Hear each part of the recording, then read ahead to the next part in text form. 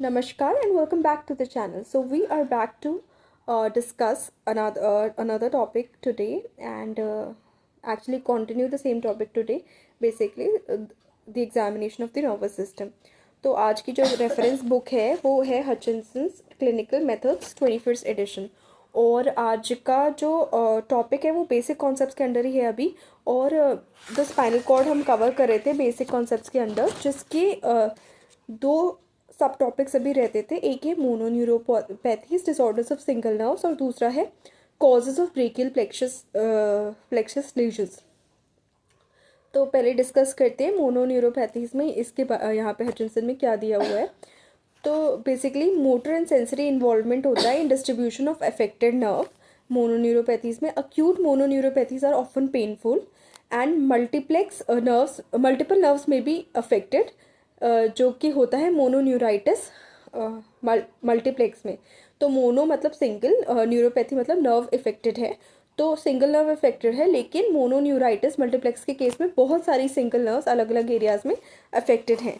ये मोनोन्यूरोपैथीज के अंडर हमें देखने को मिल सकता है।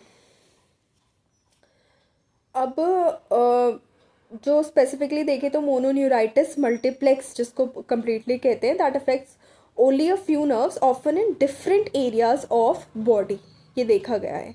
नेक्स्ट इसमें दे रखा है causes of brachial plexus lesions, क्या क्या हो सकते हैं।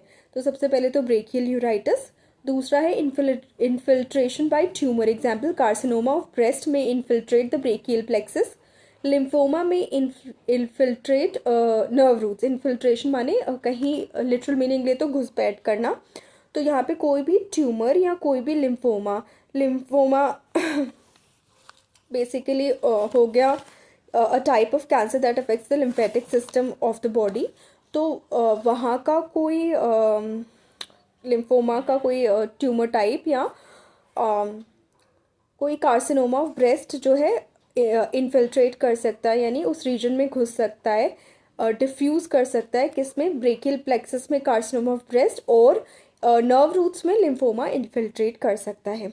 फिर उसके बाद ब्रेकियल प्लेक्सस लीजन्स के कॉजेशन में एक आता है radiation plexopathy, rarely follows radiotherapy for breast cancer, यानी ब्रेस्ट कैंसर की रेडियोथेरेपी के बाद रेडिएशन प्लेक्सोपैथी भी हो सकता है, जिसका लिटरल मीनिंग है a neurological impairment of the peripheral nervous system and surrounding tissues at the level of cervical, brachial और लंबोसेक्रल प्लेक्सस, यहाँ पे इफेक्ट हो सकता है। उसके बाद वेस्क्यूलाइटिस के केसेस में भी बन सकते हैं causes of brachial plexus lesions. Vasculitis में रेयर ऑटो इम्यून डिजीज होती है दैट कॉजेज इन्फ्लेमेशन और swelling and damage to the blood vessels, इसको एंजिनाइटिस के नाम से भी जाना जाता है।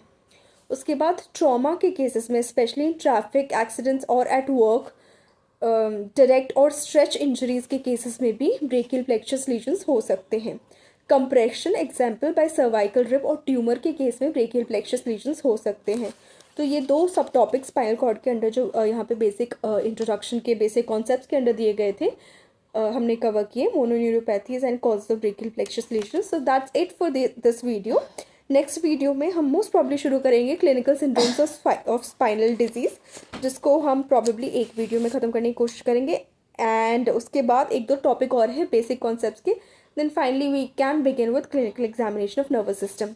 सो please like the video, share the video, subscribe to the channel, do not forget to hit the bell icon. बाकी पिछली वीडियोज़ दिखाने के लिए आप नीचे लिंक्स में क्लिक कर सकते हैं। Thank you so much.